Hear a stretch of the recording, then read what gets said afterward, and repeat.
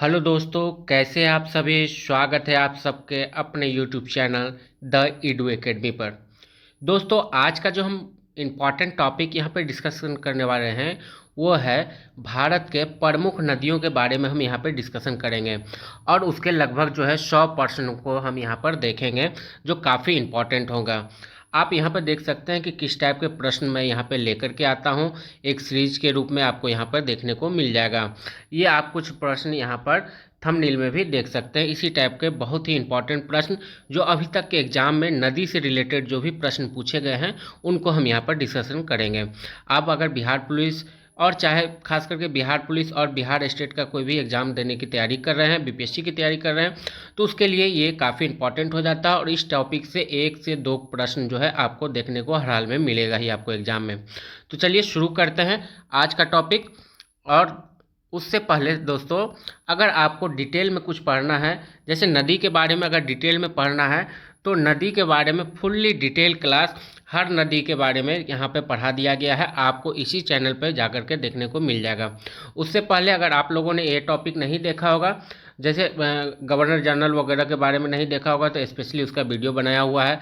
जनगणना 2011 का जो है, जिसे हर एग्ज़ाम में आप देख सकते हैं कि प्रश्न पूछा ही जा रहा है, उसके भी जो है लगभग काफ़ी इंपॉर्टेंट सब प्रश्न को हमने कवर करके एक क्लास ले लिया है। सौर मंडल का 2 पार्ट में जो है लगभग 200 प्रश्नों को शामिल करके वहाँ पे मैंने वो क्लास लिया है। तो आप अभी तक अगर ये नहीं देखे हैं तो जा करके देख लीजिएगा, आपको चैनल पे देखने को मिल जाएगा। तो चलिए शुरू करते हैं। आज का जो टॉपिक है, नदियों से संबंधित जो टॉपिक है, उसके प्रश्न को आज हम देखते हैं।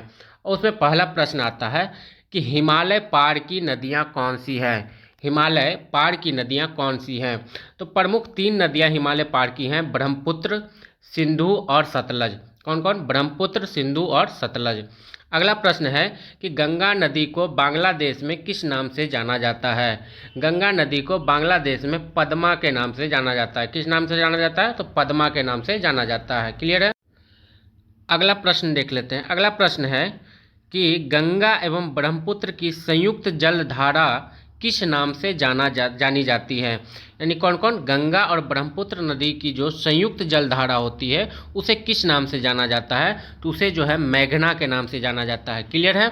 आगे बढ़ते हैं, अगला प्रश्न देख लें। अगला प्रश्न है कि भारत की सबसे अधिक गौगम्य 2 नदियां कौन सी हैं। भारत की सबसे अधिक गौगम्य 2 नदियां कौन सी है? तो इसका सही आंसर हो जाएगा गंगा और ब्रह्मपुत्र नदियां। अगला प्रश्न देख लें कि भारत की सभी नदियों में से किस नदी पर सबसे लंबा सड़क पुल है। तो इसका सही आंसर हो जाएगा गंगा नदी पर। और गंगा नदी में भी कहाँ पे? तो बिहार में जो है ये पुल बन के, मतलब ये पुल है। क्लियर। अगला प्रश्न देख लेते हैं कि सुंदरबन डेल्टा कौन सी नदी बनाती है। तो मुख्यतः जो सुंदरबन डेल्टा बनाती है वो बनाती है गंगा और ब्रह्मपुत्र नदी। कौन सी? गंगा और ब्रह्मपुत्र नदी जो है सुंदरबन डेल्टा बनाती है। क्लियर। आगे बढ़ते हैं, अगला प्रश्न देख लें। अगला प्रश्न है कि गंगा और ब्रह्मपुत्र नदियों का उद्गम स्थान कहाँ स्थित है। गंगा और ब्रह्मपुत्र नदियों का उद्गम स्थान कहाँ स्थित है? तो गंगा जो है उत्तराखंड के गंगोत्री से निकलती है। कहाँ से? उत्तराखंड के गंगोत्री से।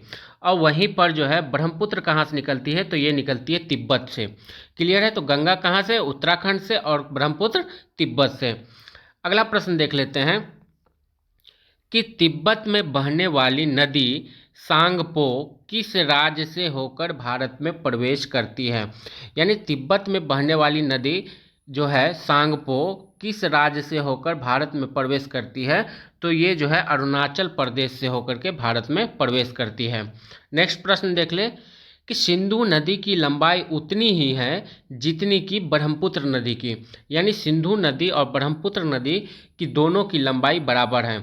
तो प्रश्न ये है कि इसकी लंबाई कितनी है। तो इसकी लंबाई है 2900 किलोमीटर। कितना? 2900 किलोमीटर। इसी तरह का जो है फुल्ली मतलब डिटेल्स में जो है आपको नदी के बारे में स्पेशल एक मैंने यहाँ पे क्लास लिया हुआ है, आप वहाँ जा कर के देख सकते हैं। अगला प्रश्न देख लेते हैं। अगला प्रश्न है कि तिब्बत के मानसरोवर झील के पास किस नदी का उद्गम स्रोत स्थित है? तिब्बत के मतलब मानसरोवर झील में किसका किसका उद्गम है? तो सिंधु, सतलज और ब्रह्मपुत्र। किसका किसका? सिंधु, सतलज और ब्रह्मपुत्र का उद्गम स्थल कहाँ है? तो मानसरोवर झील। अगला प्रश्न देख ले कि विश्व का सबसे बड़ा नदी द्वीप मांजुली, विश्व का सबसे बड़ा नदी द्वीप मांजुली का निर्माण कौन सी नदी करती है? तो इसका सही आंसर हो जाएगा ब्रह्मपुत्र नदी। अगला प्रश्न देख ले, किस नदी को बिहार का शोक या विनाशक कहा जाता है? बिहार का शोक या विनाशक नदी ये जो है कोसी नदी को कहा जाता है। क्लियर है? आगे बढ़ते हैं, अगला प्रश्न देख ले। अगला प्रश्न है कि बंगाल का शोक किस नदी को कहा जाता है?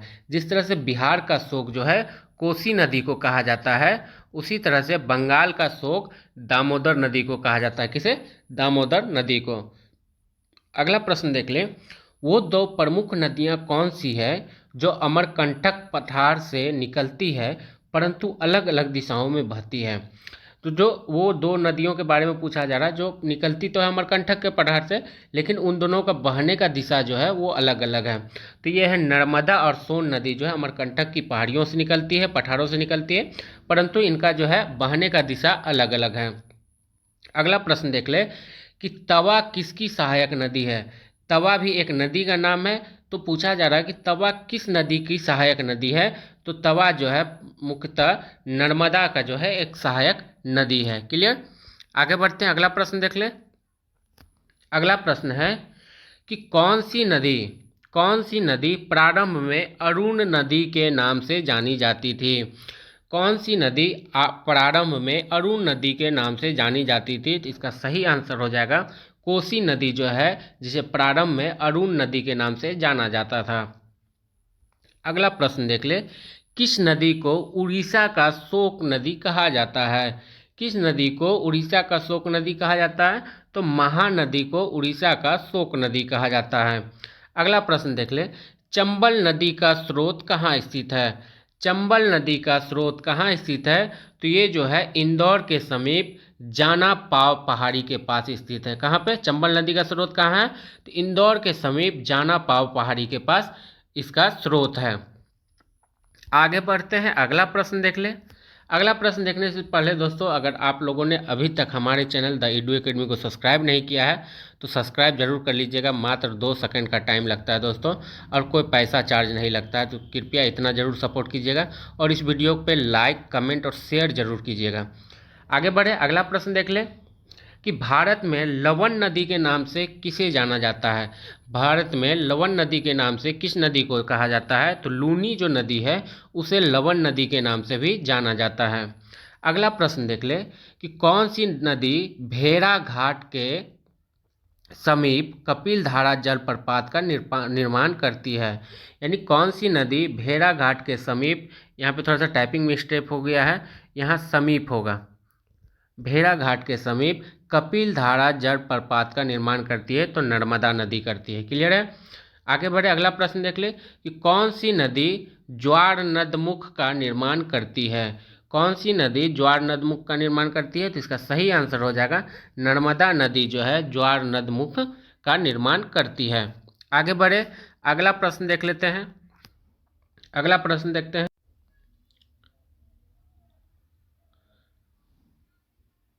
अगला प्रश्न है कि कौन कौन सी नदी एस्चुअरी बनाती है?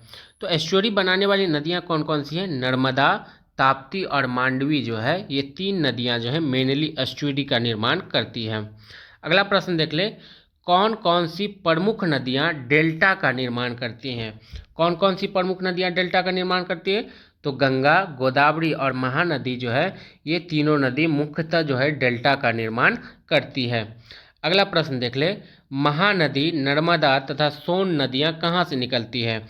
तो महानदी, नर्मदा और सोन, इन तीनों का जो है एक तरह से उद्गम स्थल कहा जाए तो ये अमरकंटक की पहाड़ी है। कहाँ पे है? अमरकंटक की पहाड़ी है। क्लियर? आगे बढ़ते हैं, अगला प्रश्न देख ले। अगला प्रश्न है कि किस नदी के मुहाने पर डेल्टा नहीं बनता है? किस नदी के मुहाने पर डेल्टा नहीं बनता है? तो इसका सही आंसर हो जाएगा ताप्ती नदी के मुहाने पर जो है डेल्टा नहीं बनता है।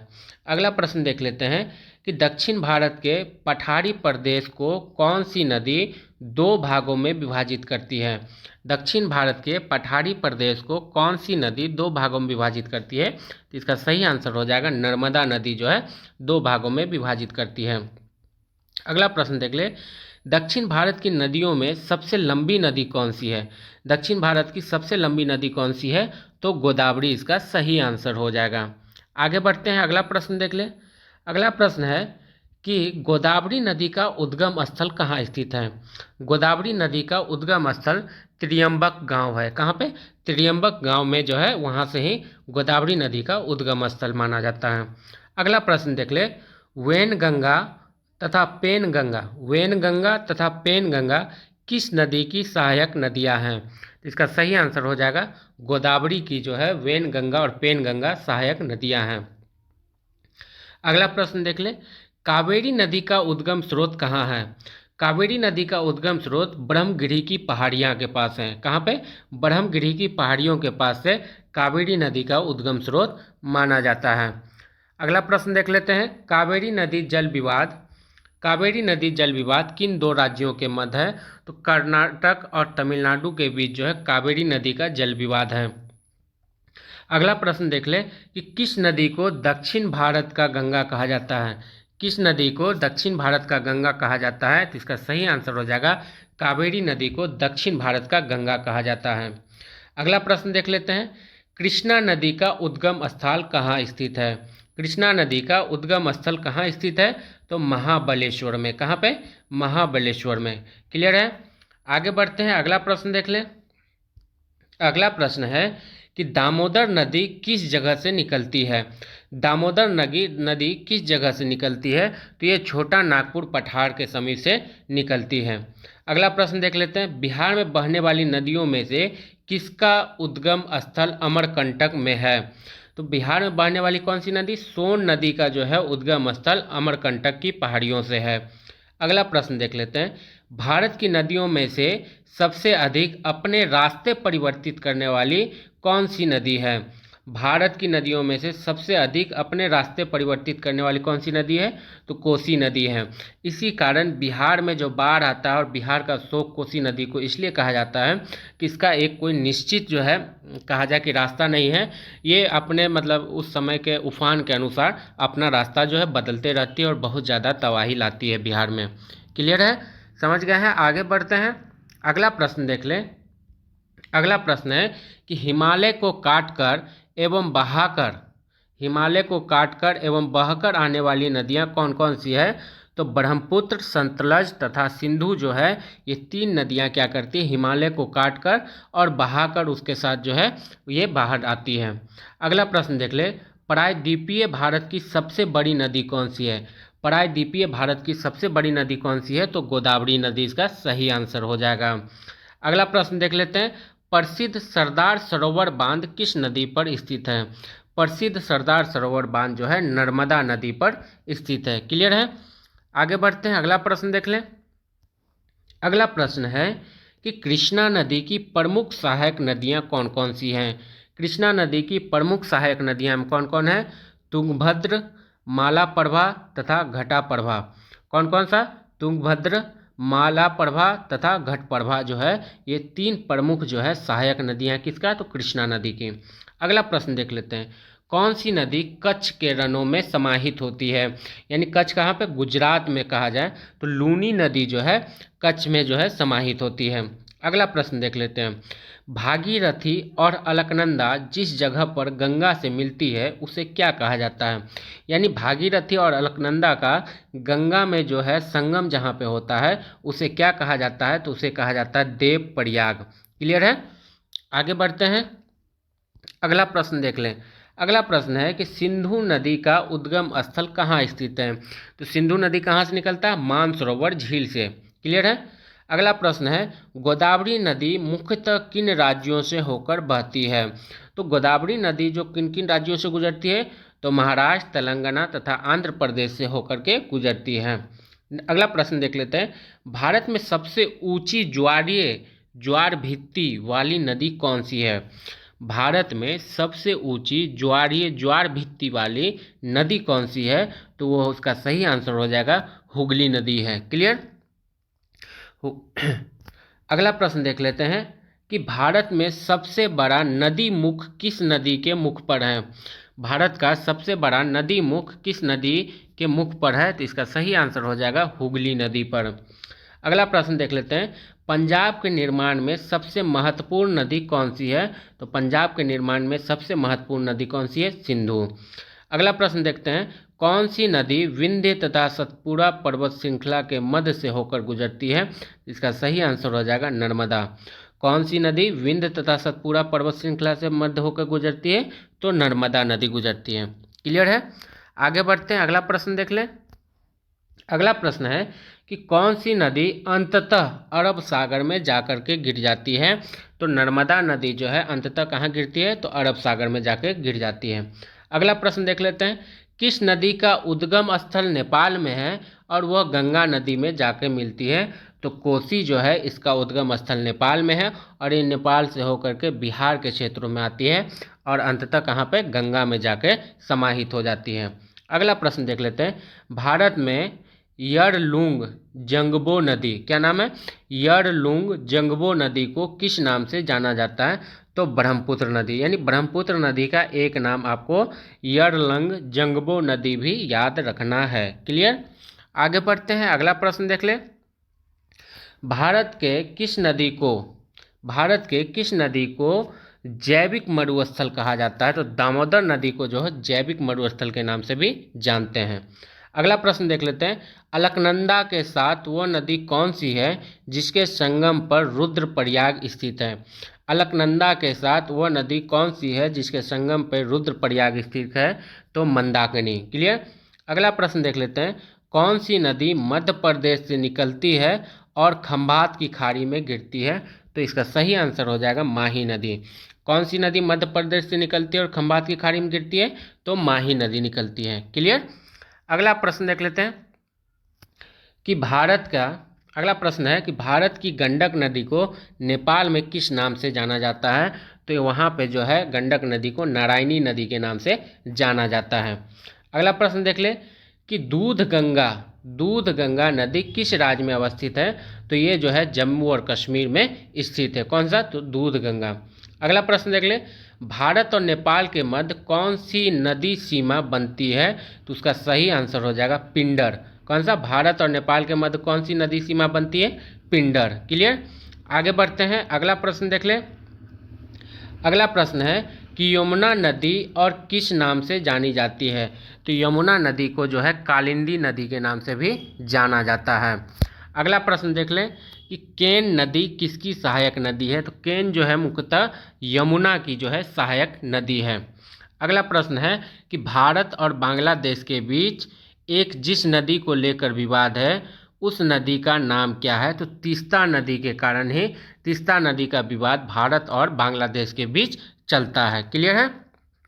आगे बढ़ते हैं, अगला प्रश्न है कि पणजी जो कहाँ पड़ता है? गोवा में किस नदी पर अवस्थित है? तो पणजी जो है मांडवी नदी पर अवस्थित है।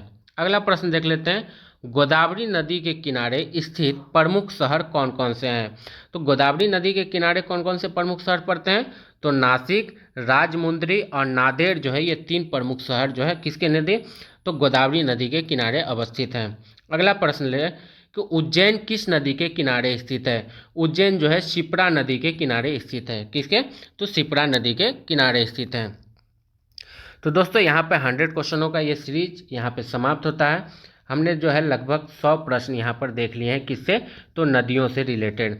अगर नदियों के बारे में आपको कहा जाए कि डिटेल में आपको पढ़ना है तो मैंने आपको आगे बता दिया है कि उसका जो है पूरा क्लास मैंने यहाँ पे करके चैनल पे डाल दिया है। आप जा कर के यहाँ पे देख सकते हैं कि जो भी इम्पोर्टेंट नदियों के बारे में है फुल डिटेल के साथ आपको वहाँ पर देखने को मिल जाएगा। जैसे उद्गम स्थल क्या है, पुराना नाम उनका क्या है, वो किन किन राज्यों से होकर गुजरती है, लंबाई क्या है, तो इन सभी चीज़ों को वहाँ पे कवर किया है और टॉपिक वाइज हर एक नदी के लिए स्पेशल वहाँ पे आपको देखने को मिल जाएगा।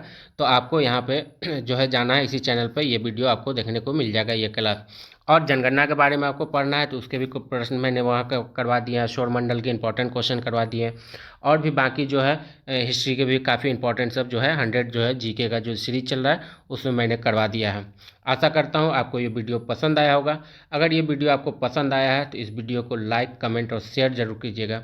मिलता हूँ फिर अगला टॉपिक लेकर के, अगला इंपॉर्टेंट 100 प्रश्नों का सीरीज लेकर के। तब तक के लिए टाटा, बाय बाय, जय हिंद, वंदे मातरम।